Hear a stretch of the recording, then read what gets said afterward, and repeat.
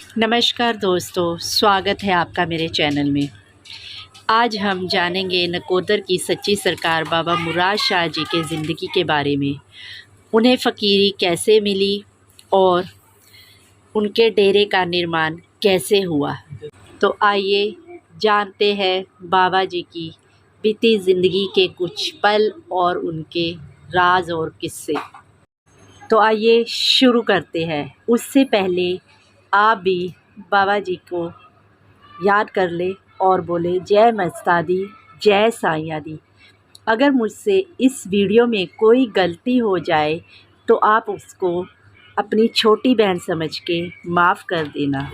जैसे कि दोस्तों आप सब जानते होंगे, पंजाब की धरती पीरों फ़कीरों के नाम से मशहूर है, जहाँ पर बहुत से ज्ञानियों ब्राह्मणों ने जन्म लिया है। उन्हीं में से एक जगह नकोदर शहर, जिसका नाम आप जानते ही होंगे। नकोदर का मतलब इस जैसा ना कोई दर। दोस्तों कहते हैं आज़ादी से पहले इस धरती पर एक फ़कीर बाबा शेर शाह जी जो पाकिस्तान से पंजाब आए थे, उन्होंने यहाँ रहने के लिए नकोदर की धरती को चुना। वो बाबा वीरानों और जंगलों में रहना ही पसंद करते थे। बाबा जी ज़्यादातर लोगों से दूर ही रहना पसंद करते थे। वह उनको अपने पास आने से हमेशा रोकते रहते थे ताकि उनकी इबादत में कोई विघ्न ना पड़े, और कभी कभी वह लोगों को रोकने के लिए उनके ऊपर छोटे छोटे पत्थर भी मारते ताकि लोग उन्हें पागल समझे। वह बाबा अपना ज़्यादा समय ईश्वर की इबादत में लगाते और वारिस शाह की हीर पढ़ते रहते थे। नकोदर शहर में एक बहुत बड़े ज़ैलदारों का परिवार भी रहता था, जो हर वक्त पीरों फ़कीरों की सेवा में लगा रहता था। उनके घर जब एक फ़कीर आए तो उन्होंने उनकी बहुत ही दिल जान से सेवा की। फ़कीर बाबा उनसे बहुत ज़्यादा खुश हो गए और उनसे कहने लगे कि मांगो, तुम क्या मांगते हो, जो मांगोगे तुम्हें वो ही मिलेगा। इस पर उस घर वालों ने कहा कि ईश्वर का दिया हुआ हमारे पास सब कुछ है, बस हम भगवान जी की बंदगी करना चाहते हैं। तो फ़कीर बाबा ने कहा, एक नहीं बल्कि दो दो भगवान की इबादत करने वाले पैदा होंगे।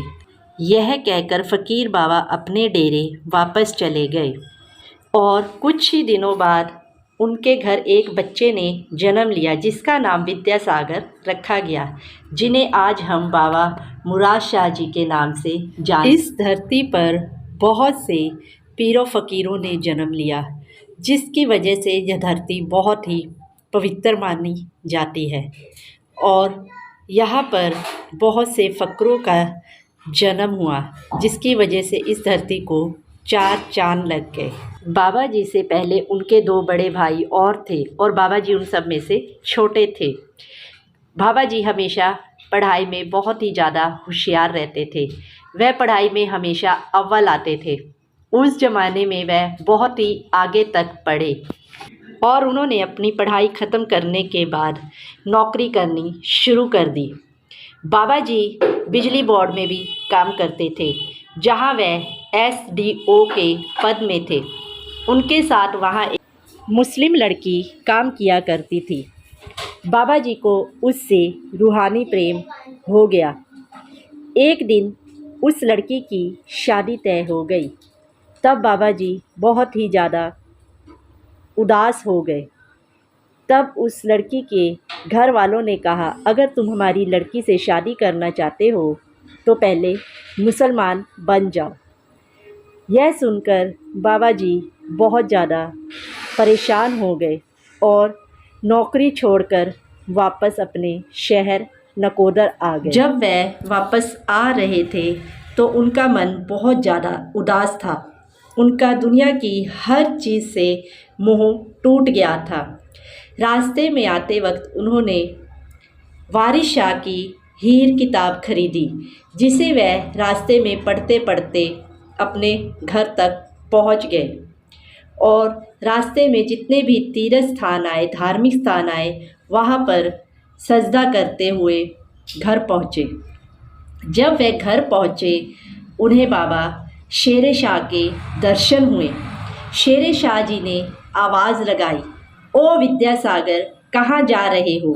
तो इस पर बाबा जी ने सोचा, यह कौन हो सकते हैं जो मेरा नाम लेकर मुझे बुला रहे हैं। फिर बाबा जी ने सोचा कि हो ना हो ये कोई रूहानी इंसान ही हो सकता है और वह उनके पास चले गए। शेर शाह जी ने फिर पूछा, क्यों मुसलमान बनना चाहते हो? तो बाबा जी ने बोला, जी हाँ बनूंगा। बाबा जी ने कहा, तो फिर जा, एक बार तू अपने घर वालों से मिलकर आ जाना और वापस आकर टूटी हुई प्यार की पुकार को ईश्वर की तार से जोड़ लेना, जिससे तुम्हें ना मुसलमान और ना हिंदू की ज़रूरत होगी। बाबा जी घर जाकर अपनी माँ, अपने परिवार सबसे मिलकर आ गए और मिलने के बाद बाबा शेर शाह जी के पास रहकर उनकी सेवा करने लग पड़े। बाबा शेर शाह जी उनका जो भी इम्तिहान लेते वह उनमें पास हो जाते। सेवा करते करते वह बहुत ही प्यारे उनके शागिर्द बन गए। इस तरह काफ़ी दिन बीतते गए। कई लोगों ने बातें बनानी शुरू कर दी कि जेलदारों का बेटा नौकरी छोड़कर फ़कीरी के पीछे लग गया है। यह सुनकर उनके बड़े भाई काफ़ी ज़्यादा परेशान हो गए और वह बाबा जी को मारते हुए वापस घर ले आते। उसके बाद और बाबा शेर शाह जी के डेरे पर जाने से उन्हें मना करते, पर बाबा जी उनकी बात नहीं सुनते। वह बार बार बाबा जी की सेवा में चले जाते। तब उनके बड़े भाई उनको बहुत मारते। जब बाबा जी ने उनको कहा कि मुझे मत मारो, तब भी वह नहीं माने। एक दिन बाबा जी ने कहा, ठीक है लाला, तुम ऐसे नहीं मानोगे, अब तुम्हें फिर देखूंगा मारते हुए, जब तुम्हारा बेटा तुम्हारी आँखों के सामने, तुम्हारी नज़रों के सामने फ़कीर बनेगा। फ़कीरों की बात, फ़करों की ज़ुबान हमेशा अटल होती है। यह कहकर बाबा जी शेर शाह जी के पास चले गए। कुछ दिन ऐसे ही चलता रहा, समय बीतता गया। आज़ादी के कुछ दिनों बाद बाबा शेर शाह जी के बेटे और बहू उनको लेने वापस आ गए। इस पर बाबा जी ने कहा, अगर मुझे तुम यहाँ से ले जाना चाहते हो तो पहले तुम्हें विद्यासागर जी से पूछना होगा। तब बाबा जी बोले, मैं कौन होता हूँ? वह आपके पिताजी हैं, आप जैसे ठीक समझो वैसे करो। शेर शाह जी से बाबा जी कहने लगे, मैं आपके बिना कैसे रहूँगा, आप मुझे बहुत याद आओगे। इस पर शेर शाह बाबा जी ने कहा, तू जब भी मुझे याद करेगा मैं तुझसे मिलने आ जाऊँगा। जब बाबा शेर शाह जी जाने लगे तब बाबा जी को अपने पास बुलाया और बोले, मेरे बाद दुनिया तुझे याद रखेगी और जब तक यह धरती पे दुनिया रहेगी तेरा नाम आबाद रहेगा, तू मेरी पीढ़ी का वारिस होगा। और हाँ, आज के बाद दुनिया तुझे बाबा मुराद शाह के नाम से जानेगी और जो भी तेरे दर पे आएगा वह मुँह मांगी मुरादें पाएगा। इसके बाद बाबा मुराद शाह जी वहाँ रहने लगे जहाँ बाबा शेर शाह जी रहते थे। यह ऐसी जगह थी जहाँ चारों तरफ जंगल ही जंगल था और एक पानी का तालाब हुआ करता था।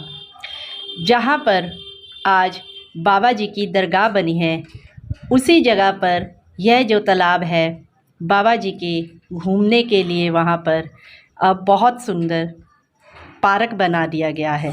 कहते हैं बाबा जी हमेशा नंगे पैर ही रहा करते थे। जब उनके मुर्शिद उनको जाते वक्त यह कहकर गए थे कि जब भी तेरे पैरों में कांटा चुभ जाएगा उस दिन तू समझ लेना कि मैं ये दुनिया छोड़ चुका हूँ। कहते हैं बाबा जी इस तालाब के किनारे बैठकर हीर पढ़ा करते थे और अपने मुर्शिद को हमेशा याद किया करते थे। एक दिन की बात है, बाबा जी बैठे हीर पढ़ रहे थे, तभी एक औरत अचानक वहाँ से रोटी का डिब्बा लिए हुए काफ़ी तेज़ी से जा रही थी। तब बाबा जी ने उसको आवाज़ लगाई और पूछने लगे कि आप कहाँ जा रही हो। तब माता ने कहा मेरे बेटे को आज फांसी हो रही है, मैं उसके पास खाना लेकर जा रही हूँ। तब बाबा जी बोले माई तेरा बेटा तो बरी हो चुका है। यह सुनकर माता कहने लगी आप मेरे साथ मजाक कर रहे हो। फिर वह थोड़ा आगे चली तो वहाँ से एक पुलिस वाला उनकी तरफ आ रहा था और वो कहने लगा कि आप कहाँ जा रही हो। तो बोली आज मेरे बेटे को फांसी थी। तो वो कहने लगा आपका बेटा तो बरी कर दिया गया है। यह सुनकर माता बहुत खुश हुई और रोते हुए बाबा जी के पास चली गई और बाबा जी की सेवा में लग गई। यह औरत रोज़ बाबा जी के डेरे पर आती, बाबा जी को चाय बनाकर पिलाती, बाबा जी के कपड़े धोती और डेरे की साफ़ सफाई करती।